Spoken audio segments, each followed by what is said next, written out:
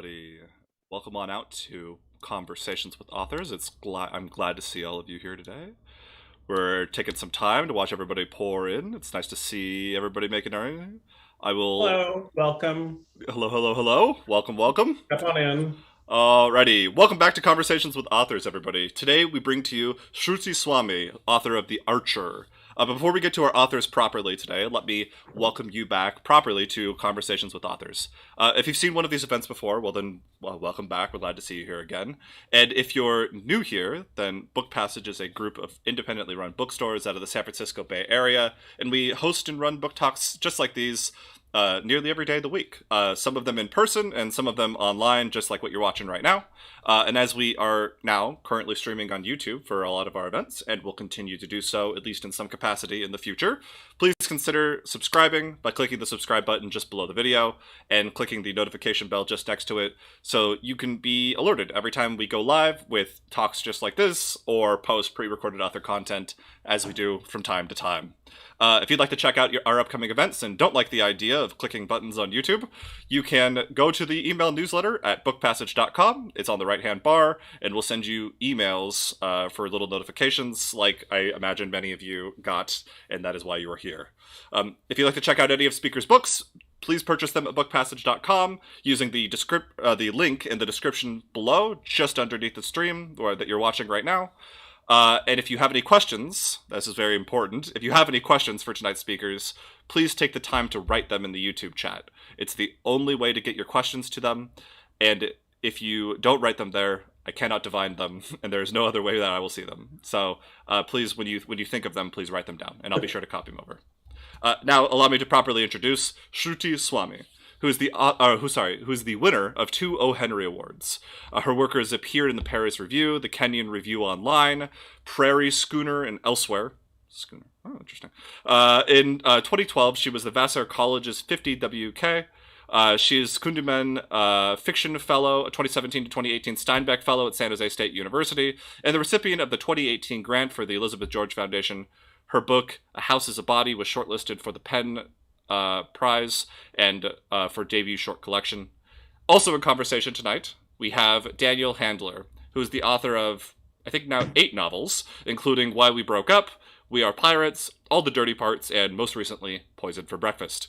As Lemony Snicket, he is responsible for numerous books for children, including the 13-volume A Series of Unfortunate Events, the 4-volume All the Wrong Questions, and The Dark, which won the Charlotte Zolotow Award. His books have sold more than 70 million copies, have been translated into 40 languages, have been adapted for film, stage, and television. He lives in San Francisco. In fact, they're both in San Francisco today. But nonetheless, let me turn the show over to the both of them. Welcome, everybody. Thanks for coming. Thanks for being here, Daniel. Thanks for being here, Shruti. Thank you. Thank you so much for having us. Yeah, thank you for a splendid introduction. We wish we could be at Book Passage, but I don't know how many people out there are follow the news, but there's been a pandemic. That's something you might not know about unless you were a news junkie. But there's been a pandemic, and so in-person events are still, they're moving forward shyly, I would say. Is that your feeling? Sure, yeah. I'll go with that. You're doing a lot of events for this book. Have you done any in person? Or have they all been one on in screen? person. One in person. Yeah, and it was really glorious. Yeah. So one day again, I hope. Yeah. Where was it? It was at Green Apple Books. Oh yeah, It was it's nice basically there. In person. Yes. Yeah. Yeah. Well, Yeah. So we wish we could be in person with you. Instead, we're at my house. Yeah. I didn't want to invite everybody over. I thought that would be awkward. But there's nothing awkward about the celebration of this book. That was my attempt at a segue. I'm very excited this is out in the world. I am a huge Swamy fan, as they say. Swamy head? Yeah, that's what Swamy head? That's what they call them. That's what my fans are called. Your first book, A House is a Body, is, I think, an astonishing, beautiful, wide-ranging collection of stories. It was a thrill to read it, and then it feels like 15 minutes later this novel came out. Yeah, it's just an illusion though. I was working on both of them. You're working on both of them like for a 10 long time. years, so it just happened. Like the timing was weird that it seems like I had a very prolific pandemic, but actually it's many, like 7 years. So, okay. Yeah. Well, congratulations. And is there a how now I'm distracted. I had many first questions, but this is going to be my new first question. Okay. How was it to work on a short story collection and a novel back and forth. How did that go? Did you work on one and then the other? Did you work on, how did that go? It was really nice. I think I mostly had this short fiction finished, the short story collection finished, and I was working on the novel more. I had dedicated myself to it, and I was more working on edits and stuff for the short stories. So that was nice. It was a nice like break sometimes to come back into short fiction. Although the thing that happened after working on a novel for so long is I was like, what even is a short story? Like, what's a good short story? But that was kind of nice to be disoriented like that. I think that it's really valuable to be a beginner. You take risks, you don't have to rely on your muscle memory for the kinds of, tools or tricks that you might have used before. So I'm now coming back into short fiction being like, oh, okay, like I'm going to try and figure this out again. And so did you know this was a novel when you began it? Yeah, I did. Yeah, first chapter, I wrote the first chapter kind of unbidden. I wasn't planning on writing it. I was working on a completely different project, and I sat down and worked, and just this first chapter came out almost the way that it is in the book. And I had it and was like, oh, okay, this is definitely, I mean, you read the first chapter and that's not a short story. Like there was just too much that was packed in there for it to feel satisfying. I immediately knew from the pacing and also like kind of the complexity of the relationships that it wasn't going to be a satisfying short story. I just felt immediately, oh, this is a first chapter of a novel. But then I was like, a novel, like who's ever going to write this novel? Obviously I can't. This is too hard. I don't know how to write a novel like this. And then I spent like, were you under the impression that some people just write the first chapter and then they pass it off to someone else? I've never heard of that happening. Like pour it out of you, and then it like kept pouring out of you forever until you just had the novel, because the first thing did pour out of me. It just was like, I was just like, okay, now this is happening. It's sort of a technical first chapter, right? And that like there's so many relationships, and you can see the ways in which, well, I should maybe set it up a little bit. This is a book about, The Archer is a book about a young woman it's a coming of age story that's set in 60s and 70s era Bombay. And it follows my protagonist Vidya from childhood, and a kind of very difficult childhood with a very fractured family and especially absent and difficult mother, and follows her up until it's a coming of age story, follows her through her life and coming of age as an artist also. And her chosen art form is Kathak dance. And through the pursuit of Kathak, she finds like a ecstatic sense of self. So the first chapter sets up a lot between the very beginning of the book. Vidya's reunited with her mother and baby brother as a child, as a really small child. And she doesn't quite understand why they've been separated, and also who they are when they come back, because it's been such a long time since she's seen them, and she's so small. And so the complexities of all those relationships and the ways that people were shifting around in that chapter, it just felt like there was a whole world in there, like a whole world of the relationships with the characters, and also the world of 60s and 70s era Bombay that was like outside the windows, right? You don't necessarily like peek out the window a couple times, but it's not necessarily there, but I could feel it there too. So I knew that there was so much packed in there that I just had to find a way to tease it out. Yeah. I was glad that you used the word ecstatic, because that's an adjective that I would apply to this book. It feels almost like defiantly joyous in the face of a story that could have been kind of all about pain and suffering. Mm-hmm. And I was curious if that's, I was curious kind of how that came about. And I guess also because I think there's a lot of expectation in America, I think, for novels from other places to like carry the pain to us, so we can feel nothing but the pain and suffering of everywhere except where we live. Yeah. And this does not do that. Yeah, I really appreciate that, because it was important to me. This book deals with a lot of really difficult subjects. It deals with what, I don't want to give any spoilers, but it deals with a lot of early, like what formative trauma, right? Like the things that happen in early life before we even have a sense of who we are, a sense of our own story, things that can shatter that formation of self and the formation of a story. And she's dealing with a lot of obstacles, even as she gets older, coming from this place of fractured family and fractured self. This book deals with a lot of really difficult subjects, and it was really important to me for it to feel joyful, like that was like I wanted to write a book that asked, nothing that happens to Vidya hasn't happened to somebody. These are all, in some ways, Vidya is a very ordinary person. She's has very specific circumstances, and she's extraordinary, as we all are, just because of who she is and her own individuality. But yeah, not everyone, but a lot of people. I think everybody. These are kind of ordinary things. In some ways, they're extraordinary things, but they're also ordinary things that happen to her. These are things that happen to people all the time. People live with so much trauma and sorrow.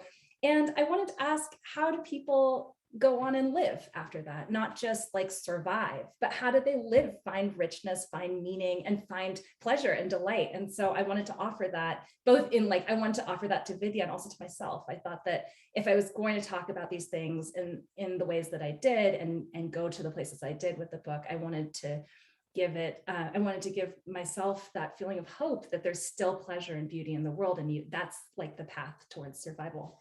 Yeah, I mean, you say it almost outright in the book, but it reminds me of what people have said to me when I'm going through a tough time, and that I learned and say to other people when they're going through a tough time. That's like, you're going to be laughing again. Like this is a bad time now, but like you'll be like on a porch laughing with your friends. These things will be happening, and I like that this book moves forward and moves forward and moves forward into happiness. It's very inspirational and like kind of prickles of delight when you're reading it. Well, that's really nice to hear, because I've been accused of writing very sad stories. Well, there's in your collection, there's some happiness. There's some happiness. I wanted it to be a joyful book, and I still wanted to go to the places, but I didn't want it to be a punishment. I wanted it to be a pleasure. Well, it is a pleasure. I was curious how. We'll talk a little bit about the dance form that is, I feel, central to the book. And I'm sure unknown, it was not something with which I was familiar, and I'm sure it's unknown with many people who pick up the book as well. And I'm curious kind of how you found that as a central metaphor, central action in the book. Yeah, thanks for that question. So this is actually a very beautiful illustration that does give you a visual sense of what Kathak looks like. Kathak is a North Indian classical dance form. There's many Indian classical dance forms, and they're all very beautiful and interrelated, but also very separate. And Kathak is, I think, characterized, it's a very linear, upright dance, and it is both a storytelling form. Kathak actually comes from the word katha, which means story. So it is a very narrative form, as all the Indian dance traditions are, but it also has sections of really abstracted, thrilling movement of rhythmic movements of the feet, which you sometimes when you're watching a really skilled dancer, you kind of can't believe that the body can move so quickly and so precisely. And it is sort of mathematical or abstract. And to me, it felt sort of modernist, which was one of the reasons I was drawn to writing about it, where there was something that there was like outside of language and outside of narrative, that there's just something that the body immediately understands another body moving like that, and has that resonance that bypasses language. And I was introduced to it through my mother. My mother is a Kathak dancer, and I never actually saw her perform. I think that she stopped performing before I at least entered the age of memory. So I have these like very glamorous pictures of her in performance. And, she actually like never wore like makeup or jewelry when I was growing up. She's just like me. And but there's these pictures of her with like all the stage makeup and these beautiful costumes and stuff. So I think it had this like added glamour to me when I was a child.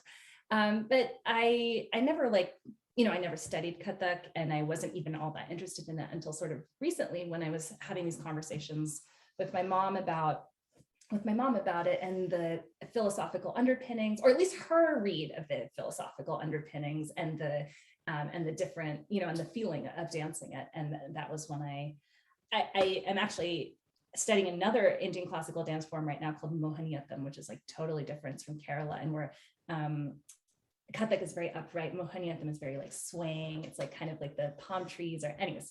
Is that also for a book? I know. I was just thinking. So I was like, it's been really interesting. No, it's not for a book at all. Okay. No. Because I know there are many Indian dance forms. I know. I was like, now I can have, you can have a whole career ahead of That's you. right. Yeah. I know. I was just thinking how different it would have been each dance form, because they do have such different essences, but they still do have the same through line. Like there's one thing that my dance teacher has been telling me, where she's like, you have to submit to this dance form. You don't bring your own personality and style into it. You have to dissolve your sense of self, basically. And it was really affirming to hear her say that, because one of the motifs in this book is Vidya. The very first time she sees Kathak, she doesn't even understand what she's looking at. And she sees these girls dancing and she says, I want to be nothing, just like that. I want to be nothing. She sees nothingness in that dance form, which is actually like, she is looking for her sense of self, right? And in this weird way, because she's actually looking to form herself out of nothingness. You know what I mean? It's like kind of yeah. like I'm really glad that you brought up paradoxical. that moment in the book, because for me that was such a striking way of phrasing something that I think flies in the face of so much literature that gets offered, which is about finding individuality, right? That kind of in general, certainly from European and American traditions at least, that the idea of like, oh, you're part of this mass of people, and like once you find your own thing, once it's like your own voice, this is the triumph of what's going on. And that this book actually offers like a way, you know, rather than find your own voice, to add your voice or to kind of melt away your voice into this chorus that's going on, which was really I hadn't thought about how specific an agenda so much fiction in English offers that, and I was curious about that. Is that, I mean, was that a moment for you when you first saw that kind of dancing?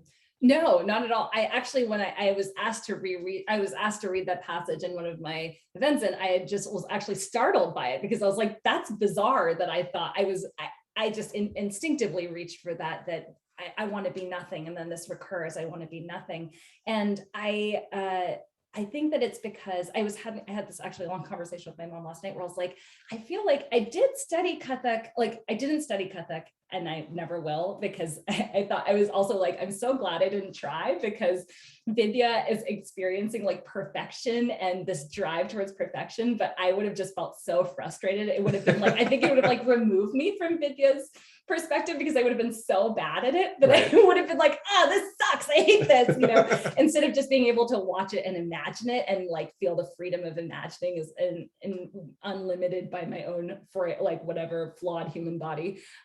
But my mom was really, I was just like, this is so crazy, because I feel like there's a lot of things that are like actually like in like, you know, this idea of like nothingness is also infinity, right? Like that's the flip side of it, that there's some way where the sense of self dissolves and you become one with everything. And that was something that nobody ever told me that necessarily, but I think there was something I was intuiting about this dance form and Indian art and music in general, that there is, I mean, on the other hand, it's like Vidya is also trying to do new things with Kathak, and in unconventional ways and unsanctioned ways. And she is sort of experimenting with self-expression and individualism also, because I am an American. What can I do?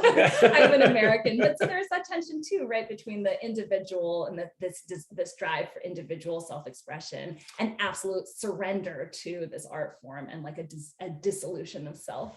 Yeah, I think just for me to read, like, I want to be nothing, I am nothing, like that, like the drive for nothing is not, I mean, any, you know, in 99% of novels that I've read, if anyone says like, I felt like nothing, or I'm nothing, it was not it's not a triumph of finding yourself within the infinite. So I like that. The prose suitably, it feels to me, follows the kind of rhythm and movement of dance. And so was that, was there a way to kind of keep yourself in that pocket to write in such a way that mimicked the rhythm and the rhythm isn't right, but the feel of a dance form? I don't really know how I did it anymore. I mean, thank you for that very, very flattering question. Thank you for that very honest answer. I have no idea how I did it. There's large periods. I wrote this book over the course of 7 years, and there's so many things that I don't really remember about how I wrote. I think I watched a lot of YouTube videos, like a lot of YouTube videos. Yeah, I was actually going to say, don't leave the YouTube that you're watching now. But certainly this book, you know, sent me to YouTube, and I always like to mess with my own YouTube algorithm anyway, because then it starts saying like, oh, we didn't know you were interested in this. We got a lot of this. That's really funny. Yeah, my YouTube is very confused about who I am. Sometimes I'm like, you don't know me at all, YouTube. Yeah, but I did spend a lot of time watching dance. Sometimes I was lucky enough to see real live performances. And I mean, another reason I wound up writing about Kathak was obviously I felt some resonance already that existed in my own writing and the rhythm of my writing, like that there was a natural fit, that there was something that was really resonant to me about that, the propulsive nature of it, but also kind of the, I was going to say sort of like circular nature of it. There's something that it's not a linear dance form in some ways. It feels like a circular dance form or a spiral, like where you're coming back, you're returning and then elaborating, you're returning and then you're deepening. So that movement and also the momentum of it were things that I think were already like things that I was interested in working with in my books. And are there novels that follow musical forms that were of interest to you when you were doing this? Was this?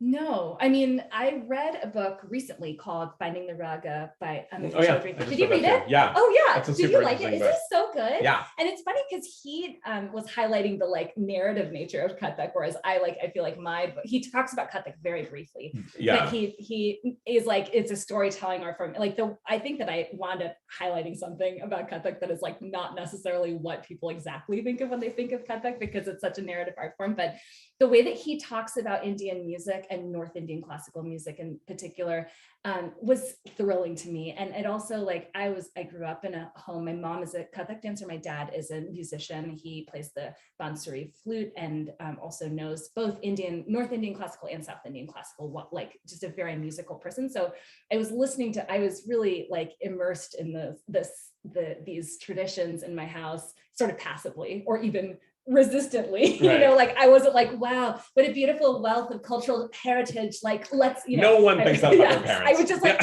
whatever, guys. But I was listening to it for years and years and years. So that book was really important to me when I read it. I wish that I had it before when I was writing this book. Yeah, it's fine. I feel like the title slipped by in an instant. It's called Finding the Raga. It's the New York Review of Books has put it into print, at least here, and it's a really beautiful book about growing up with music. And I think for me and for other people who may have an enthusiasm but not a knowledge of Indian classical music, it's really you gain an appreciation for how unbelievably different it is from Western classical traditions. He does such a beautiful job of like, it's like a very inviting book because it's like kind of an intimidating, same as Kathak or any of these art forms, because they've been developed over like centuries, so it's like a kind of intimidating body of knowledge that can be hard to step in. Yeah, and it's music I listen to when I work, honestly, and I like the kind of circular aspect of it, and it feels like it's kind of a rolling stone gathering moss or something, and I've always liked it, but I never really knew what it was, and that's always a weird feeling. You're like, I love this music, and then you're like, what is it again that I'm loving? Right. Yeah, and I think that brings it to the forefront. That's it's not surprising to me, or new knowledge, that what your parents do for a living, but no, they were both engineers. They weren't. Well, I mean, not for a living, but I mean for things that they did. But but because the novel, I feel, feels so naturally steeped in the details of music and dance. It's really not, whatever research or whatever you might call it that you did for that just feels so deftly sewn in. And at a time when so many writers are like, maybe if I Google something and then read like 4 Wikipedia articles, I could just be like, no, it's set in Denmark. And then it has that artificial feel and that cut and pasted feel. This book moves along so naturally and really puts us in a place where it feels like that knowledge is coming naturally to us too. Oh, well, that's very nice to hear. Thank you so much, David. Well, no, I think it's always tough to talk about. And I think when you're reading something that is from a culture that is not yours, and you don't want to feel like a tourist. To me, it feels like traveling. It's like, I want to be like, I want to be the cool person in this place. Totally. I don't want to just like go to Fisherman's Wharf. And so, and this book made me feel, I was like, oh, I get it. Even though I know that in actuality, I do not. But the book sustains the illusion of placing you within that culture, so that if you are not of that culture, you feel like you can appreciate the story in a way that feels lived in, that feels like you're invited to take place in it, and not in a way that's like, I would like to show you something that you do not know, that you have no access to, which is really happens so often. It's really nice to hear, because I think I made a lot of choices in the book to not explain things culturally. You know, there's a lot of untranslated, not a lot, but there's some untranslated words in the book, and just cultural things, you know, that like it might, you know, I think that there was like, and I made a real choice to not explain a lot of that stuff, and to just, and the reason was, you know, like I wanted everybody to come in with me. Like I felt like explaining something, you know, bale puri, you know, a popular street snack or whatever, then I'm taking completely outside of Vidya's consciousness. Vidya would never need to define that to herself. Right? Yeah. So there was a lot of times where I was just like, I'm going to have to trust the reader to come with me, and hopefully they can do that. For, you know, they might have to do a little more work, but if they're not from this culture already, but I want them to have that intimacy with the culture. So, and with another writer I know taught me this phrase, as you know, Bob, which is like the bad exposition, you know, which would be, you know, it's like, as you know, Bob, these are a popular street snack. Yeah, really the way in which like characters feel obliged to explain themselves to an audience that would also know it within the book, because it's really for the reader. And it's a great phrase to have in mind, because then once you, it's like anything else, once you see it everywhere, and you just it's like, as you know, Bob, we're both policemen and the law's like this. You know? I really love that. And how, maybe this is delicate, and I know that your mother's in the audience, but how has your family reacted with a musician and a dancer in the family to using that material? And it feels like a relevant question now, because this moment in the American literary scene, people are beginning to think about whether it's cool to use your loved ones or your hated ones in your fiction. Nobody felt like a bad art friend at them, as far as I can tell. So that's a win. Yeah, it's actually not a luckily, because I just have very cool parents. Nobody feels bad, but my mom was a very active participant in the creation of this book, and that I would just constantly be asking her questions about Kathak, or about like, you know, it's like, what shoes did you wear to school? Like, did you wear sneakers? You know, like those kinds of things where it's like, I don't even know how you Google that, you know, like how you do it. So she was really, and she read many drafts of the book and has been really supportive the whole way through. Thanks, Mom. Yeah, thanks, Mom. And my dad, who's also in the audience, you'll have to tell me what you think. Yeah, we can't see you from here. You haven't told me what you think of the book. Oh, Dad. I'd love to know one day. If you're afraid to tell her, tell me. You can tell Daniel. I'll tell her. Yeah. But I also was like, with everybody I've talked to the book about it, been like, hope you like it. Don't tell me if you don't. Yeah. I always say, no one checks if you say, like, I loved your book. Yeah. You know, like, really? What part? I do that with my husband. Yeah. Well, your husband. Yeah. Let's not get started on him. I feel obliged that I know that some of the work that you did on this book was when you were a fellow in the San Francisco Public Library, a resident in a program that my wife and I are happy to sponsor. I always want to give a little plug for it, because we're always happy to see applicants do it. You apply through the Friends of the San Francisco Public Library, and you get a little office in a library related building, and you get some money and some time to work on your work at a time when San Francisco was pushing so many artists out. It was good to give that space. You, of course, it was during the pandemic. I got like beautiful, like I think like 4 or 5 like beautiful months of just, I used to come there every Saturday, and it has this big, beautiful window. Now it's a different space. Yeah. And I assume there's also another big, beautiful window. There is. And I did a lot of, I actually really did. I think I did a lot of work on this book. It was in draft form, and I was doing like lots of edits. Actually, both my books were done in that beautiful room, and it was also on a Saturday, so nobody else was there. And it was like, you know, I can't work after the pandemic struck. It's just been impossible, because I have a 3-year-old now, a now 3-year-old at home. So it was truly a refuge, and I appreciate it so much. I'm glad. Yeah, when I had a child, that was the beginning of my working outside the house. Yeah. Like I hardly work in my home office now, and that was the loss of other spaces, public spaces in the pandemic was really enormous, and it felt strange thing to complain about. It certainly wasn't the biggest There wasn't problem the that the biggest pandemic problem. brought, but I know, but it's like these small things that are just grinding us down and feeling like our life has making us feel like there's no hope. So I would take a walk in the morning and then come back to my house with like self-hypnosis of like, here you've really arrived smart. at the office. So faux commute. I was reading an article about it. That's really smart. That's like a psychological, like a life, it's like a life hack. Pandemic life hack. Right. I feel though that we should be able to come up with a portmanteau for faux commute. Yeah, like a faux mute. A faux mute. Faux mute sounds just as miserable. I hear foam and then my mind goes to like rabies. Faux mute. Oh, yeah. You have rabies and you can't talk. That's tough to have a faux mute.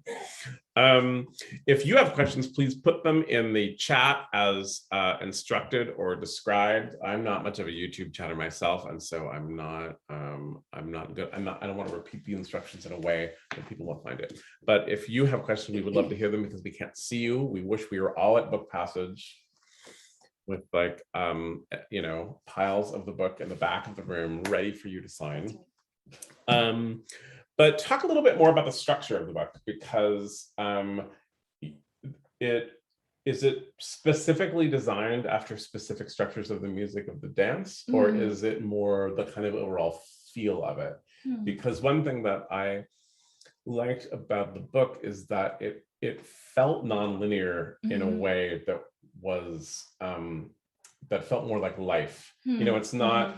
There are a lot of books that I feel go backwards and forwards in time so that the reader can know how cool the author is at being able to do that. And I feel that your book moves through kind of memory and trauma, for lack of a less traumatic I keep word. using the word trauma and then mean like trauma. I mean, it's just like we use it so much, it almost feels like it doesn't have any meaning anymore. But it is still, it's like pretty textbook trauma. Yeah. So like, what can you do? We don't want to imply that it's not dramatic. But you move in kind of memory and non-memory in this way that feels very organic. And did you have a structure in mind, or did you follow your instinct when you were doing that? Yeah, like 100% instinct. And I definitely it went through many iterations, and it was a totally instinctual thing. At the very beginning of this book, I knew that I had this first chapter and I had like a vague sense of the world and the characters that I wanted to write about, but I had no idea where it was going to end. And it actually ended, I had a much larger story in my head. I had a 3-generation book about the mother, Vidya, and her daughter. And have written much about those 2 other characters that you don't really, you get very little of in this book. That's so nice to that observation, and it sort of has the structure echoes a feeling of Indian classical music or dance, because it was totally intuitive. And there's a lot of stuff that I just threw out. Like I wrote a whole nother 4th section, and then I was just like, nope, this is not the place it goes. It's very liberating. I find. It was really. I spent like a whole month. I went to this residency. I spent the whole residency writing this whole 4th section, and then at the very end of the residency, I was like, oh, that is not the way the story goes, and then threw it out and was like, but somehow I feel like less than square. I'm not back to square one, even though it feels like I am back to square one. The book is lived in a time that you were not living, and I know from your short story collection that, it's hard to think of an era that you haven't really at least poked an eye into. You're very interested in traveling through time, for lack of a less corny word for it. What's appealing about that for you? What a nice question, Daniel. I don't know. I think that, specifically this time period, I felt a real draw to write into, because I heard so much about it as a child, and it was such a romantic city and time in my parents' life, and the way that they talked about the city, and the kind of the glimpses I got into the city through pictures of them or pictures of that time and in Hindi movies and stuff, really caught in my imagination from when I was a child.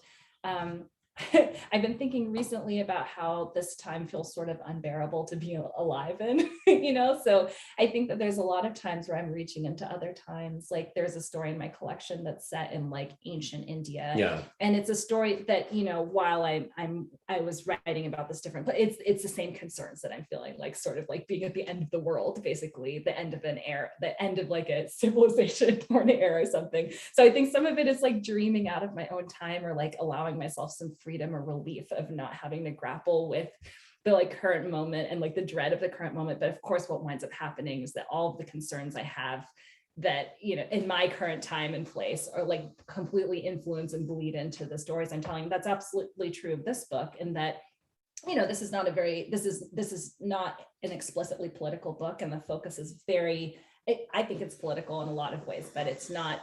It's not traditional. It's political. And it's not really considering it. The lens is not on the broader historical moment that Vidya is living in. It's on Vidya herself as a person and her self-actualization. But many of the same things that she's dealing with in this book were things that I've been deeply grappling with, about what it means to be an artist in the world, what it means to be a woman artist in the world, and how to make a good life for yourself of art, and not a life that's like you sacrifice everything and the fire of art burns everything else in your life, but something that is like rich with friends, community, connection, family, all of those things, how we do justice to those obligations and responsibilities, because those also make our lives richer, and still be an artist, to still make art and to make new work. I'm glad that you brought it up, because there was something I'm always kind of hesitant to ask of a woman writer who is a mother, because I am so aware as a male writer who's a father of how I am never asked about fatherhood. No one ever, and the closest it comes is people will be like, I bet you're a great father. And it's often when I'm on book tour. I'm like, yeah, I'm great. I'm in Denver. My kid is home going to school or something. I'm not really like keeping track. But I mean, you have indicated a real closeness to your mother. You have a 3-year-old, which, if I'm doing the math, puts the birth of the 3-year-old when the book was, kind of midway. And was that, talk about that a little bit, I guess, particularly when I'm interested in it, and kind of from thinking about being a writer who's connected to the world, and a woman writer who was, deciding not to give up every trappings of what is expected in order to, be the solitary muse. Because, I, even as only a father, it has an enormous effect to have a child in your life, and it can't help but kind of rearrange your mind, and it certainly rearranges your day. And if what your day is trying to do is contemplate fiction, it can really be an upset. So how did you fix that thing that every woman has struggled with for her entire life? Well, I'm really lucky that I live very close to my mom and my mother-in-law, and practically speaking, that meant I had some very immediate childcare. I was able to hand my baby off to some loving, doting grandmothers and still keep working. I was working on this book. I was actually very miserably pregnant while Vidya, spoiler, is also very miserably pregnant. There was and I was trying to get the book done before the baby came, or draft, because I was I'm never gonna have time to write again. And then I was like, why did I do this to myself? This is so awful. What a punishment. I can't even escape into fiction. I'm back into this horrible feeling of being so uncomfortable. I don't know. I really love, I understand your reluctance to ask that question, but I kind of I've been thinking about motherhood so much, and I've been thinking about motherhood through fiction so much. And I've been thinking about how it's almost embarrassing to admit that you want to be a mother. It's being I have no ambition. I just want to give up on my life and career and just, be home in the kitchen or whatever. And I think that this book was I just think that, and I also think that we culturally are not interested in motherhood very much. It's the kind of work and the daily work of motherhood. We kind of glorify it in some ways. There's a lot of mythology around sacrifice and whatever, but the daily stuff, we never really want to hear about it or think about it in this culture. And I find it so fascinating, the relationship between a parent and a child is the only relationship that you have that has that crazy of a power dynamic where Hopefully, hopefully, and like whatever, consensually, whatever, that you have a lot of control. Necessarily, you have a lot of control over another person, or you are under the control of this person. That level of power dynamic is absolutely fascinating in the way that it evolves over time, and it can evolve over time in ways that are unhealthy or healthy.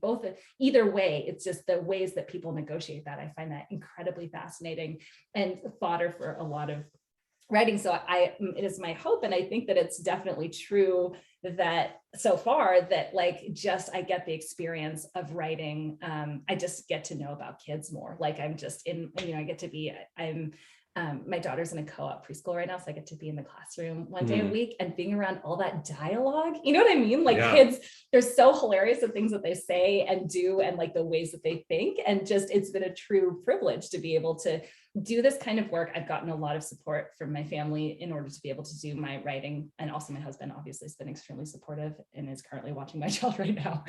So a lot of societal, whatever, I had a lot of support to do it. And also, it's like great experience, what wonderful life experience to be able to just be in, enter into the world of it's like you get to enter into the world of childhood again. It's like you get a special visa back in. You're not going to be there forever. You had to leave. You wanted to leave the world of childhood, and now you get to come back in for a little while. One, for a writer, it's just like an endless trove of material. It really is. I always think it's really the tax deduction for having a kid feels supernatural when you're a writer, because you're like, you are giving me all this material that is literally going into the work that I do. Absolutely. I was also curious, you and I have kind of emailed back and forth about other novels that we've enjoyed that tend to be Indian novels. And I was thinking, as I was reading your book in preparation for this, I was thinking about would I put it in any kind of Indian fictional tradition aside from the cultural stamp of the author and the location of the book. But and then I thought, this is probably a better question to ask the author than to make up something about myself. But that I really love reading from cultures that aren't my own. That feels also like free material to me, and a reminder of the infinite ways in which a story is told and can be approached, and art can be driven. And I think particularly in America, where we can be so parochial anyway about our fiction, that so much fiction that we get from other cultures tends to actually follow a European or American model. It just happens to take place over here, or it happens to be written in another language, but it actually owes more to Madame Bovary or something than it does to the kind of dyed-in-the-wool cultural traditions of that location. And certainly reading Indian novels, particularly older Indian books, where novel doesn't even feel necessarily like the word for what it is. It feels like genuinely different. And although your book has, as we've said, some kind of musical cadences and some structural things that feel of the time that you're writing about, of the culture you're talking about, I'm wondering where you see yourself kind of as a writer, because as you were just shouting about being an American mere moments ago. So. That's a really interesting question. I think that I hope that it was my deepest wish that this book would feel like an Indian book, and that these characters would feel Indian, and that my idea of what India could look like in fiction could include this book. It's, in some ways, I wrote a book that I haven't necessarily seen at all. Hopefully, to me, I feel like I've written the book that I wanted to put into the world, and it is probably in a number of traditions, and hopefully it is an Indian book. It's definitely formed by these aesthetics and these philosophies. But I don't know. I think I maybe don't know enough about Indian literature. I feel like I've read a lot of it, but I don't know if I know enough about it to place myself firmly in that tradition. I do feel like this book is definitely in conversation with Amit Chaudhry's work, who wrote Finding the Raga. He's also written a really wonderful book about walking around in Bombay Oh, yeah? called Friend of My Youth, also published by New York Review of Books. And I feel there's an attention to the rhythm of this. And of course, his work is also very influenced by Indian music, Indian classical music. Right. The kind of the line of thought, I feel like really follows. I think that there's like a lot of resonance in my approach. Yeah, that is good to know. We have a question here from Jessica asking about if the North Indian dance is danced by only the upper echelon of society, or a poor people part of it also, which I would like you to answer. But also I was just wondering, the way in which, in America, we don't talk about class or notice it, we don't see class here in America. And in India, it is, well, we live in a very merit-based society. Yeah, well, it's just a meritocracy. So I don't know why people are upset.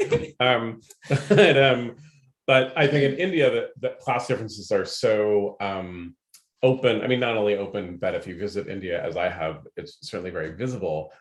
But that's not, I think, that remarkable when you look at the world, but very open and very clear about that. And I was curious if you might just talk a little bit about that class succession and how it ties into your book, in addition to answering the very specific question about the practices of the dance. I Vidya in the beginning of this book, when she first sees the dance performance or the dancers and wants to take dance classes, is terrified that she's going to ask her mother, and her mother's going to say no because they don't have enough money. Vidya's not her family's pretty poor in the beginning of the book, and throughout the course of the book they sort of move through to the middle class. But those are two separate, it's almost like, there's a class system in India, there's also the caste system, and those two things kind of are not totally, Vidya's Brahmin, she's from an upper caste. Right. So there might be like a parsing. I don't actually know. I don't fully know the answer to that question in terms of I think that I can say that Vidya in particular in the beginning of this book comes from a pretty poor family, and is they prioritize that. They think it's really important for her to go to this class so that she can. Class was really important to me to write about in this book, only in that it felt, and caste in its own way. And it felt important to me, I wanted to tell the truth about what I've noticed and experienced and read about and researched, etc. I wanted, there are a number of different characters from different backgrounds in this book, and I wanted them all to feel like people who got there, had their humanity and their dignity regardless of their station in the book. And even if some of the characters couldn't see that, I wanted the reader to feel like my gaze was on them. There's a couple people who are, domestic workers. There is a brilliant student in Vidya's class who's from a lower caste than her. And some of these people have different roles in the book and aren't like, some of them don't have huge roles. And I didn't ever want to presume on anybody else's experience. So I stayed with Vidya. I was writing from a middle class Brahmin perspective of somebody who has dark skin. Obviously, I am, as you pointed out, never, I'm from a very different time and place than this book. So there are some things that I already, there's a layer of remove in what I had access to. But to me, I felt like that was closest to what I had access to. And I wanted to stay close to that perspective, but I didn't want to do that to ignore that there's other realities, that other people would have experiences of privilege, both related to class and caste, that would be different than Vidya's, and that Vidya might not be. There's a really important moment to me in the book where another character is trying to explain to her that they're different, and she can't understand it, she can't see it, because she's really focused on her own oppression. And that felt like a moment I didn't want to have her have an epiphany, that didn't feel right to me. I wanted her to maybe be a little bit blind, but I wanted to always give the humanity, as much humanity and respect as I could to these characters, even if I wasn't inhabiting them in the way that I was inhabiting Vidya. Yeah, that's interesting. I think one of the things that literature from different locales can bring to me is that consideration of class that seems almost entirely absent, except in kind of melodramatic ways. In American fiction in particular, in fiction in English maybe also, but I just think particularly in America, there's just no sense of being able to speak about that. And as income inequality widens, and as we live in a city where you would have to literally be blind and deaf Yeah, right. to not Absolutely. see what is happening with that, to have that just not be on the table for so many novels is really painful. Yeah, I think so too. Yeah. Yeah. Oh, you were going to read a little bit. Oh, yeah. Give him a little, I'll read a little bit. little musical paragraph. You know what? I think I'm going to read from very early in the book where Vidya has just started taking her dance lessons. Before she can even move like the other girls, she must stand at the back of the class. Just stand with her back very straight, her neck fully extended, her shoulders relaxed, her arms raised in front of her, hands clasping each other like small hooks. Only standing, because she can't quite get the body right. The shoulders too high, the hurting arms sagging, the chin distracted by the dancing girls, whose movements are a rebuke to her stillness, even if they are clumsy or bad. But Teacher G barely looks at her, beginner, after issuing stern instructions to the mother in Hindi, which the mother then translates to their mother tongue. Still, for the first day, just standing with the spine straight and watching the others moving until she understands what is expected of her body. Watching Teacher G, who is no less beautiful today in the dim, rainy light coming in through the windows, looking magnificent as she speaks the bowls and the dancing girls' feet answer and answer. If she moves suddenly, Teacher G's quick eyes move to her and she barks a command that doesn't need to be translated by the mother, who nonetheless adds her own punishing embellishments when rendered in Gujarati. Slowly, Vidya gets restless, then hungry, then angry, holding the stupid pose, her body becoming stiff and boring. She is the smallest in the room and the darkest in the room, both by a shade, and she feels her mistake piercingly and feels alone in her small, foolish body that is occupied in the stupidest of tasks of trying to become nothing. What had she wanted? She can't even remember. It's only fear that keeps her still, mother, Teacher G with her whipping eyes. But she will go back. She will go back. She made a terrible promise. Shame sends her back. In the second class, she is allowed only to move her feet very slowly in 1, 2, 3, 4, 1, 2, 3, 4, the 4 atak marked by the heel and instead of the ball of the foot, and the second count of 4 arcing back in the other direction, a loop of 4 and 4 forever, and boring, but so difficult to keep a steady rhythm, like the soft breathing of a sleeping person, a person in deep sleep breathing a pattern of soft, regular breaths without any effort.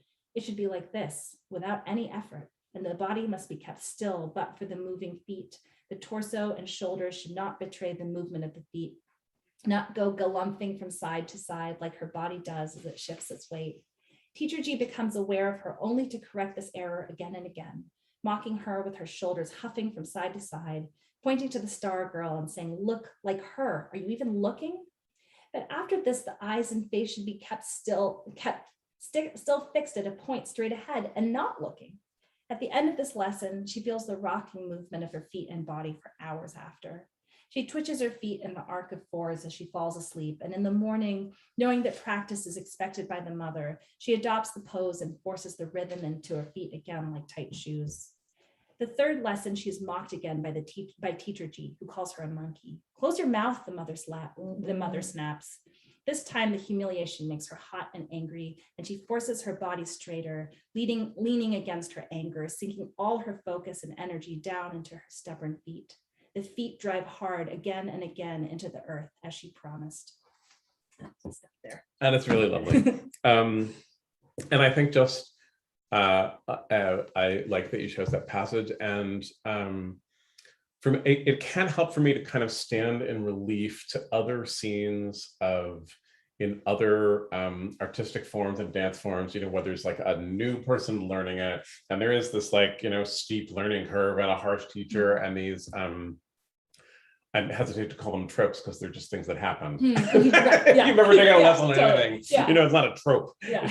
It's actually going on, but that you feel so much joy in it. It makes you want to dance when you read it. It doesn't make you, feel that you're a failure or feel the oppression of learning something. It has that excitement that when you're learning something. And I think the whole book does. It has this really wonderful joy. I know people are coming to us from all over the place, but here in Northern California, where it's a beautiful day, this is a great book for a beautiful day.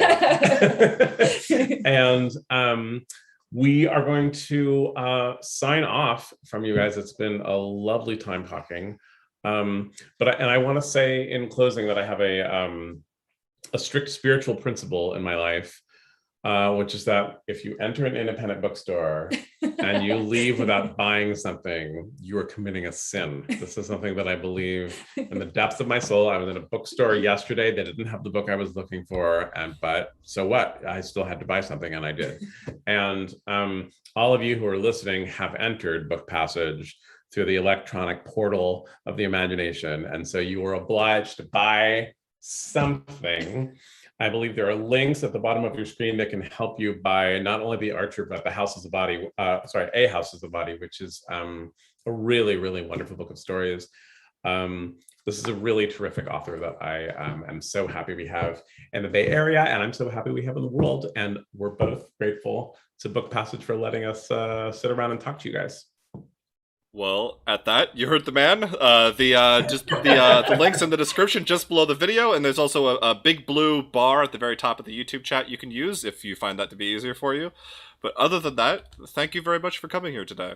We here at Book Passage like to think that we play a very important role in uniting readers just like all of you out there in the world with wonderful authors like both of them and wonderful books like The Archer. But regardless of what it is that we do here at the store, we cannot forget all that you do.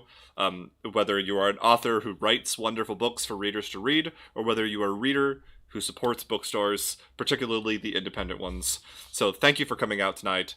Thank you for showing up and listening to these two talk and having a good time. Thank you for the people that ask questions in chat, and thank you to the rest of the people who just wrote nice things. I'll share them with both of them afterwards.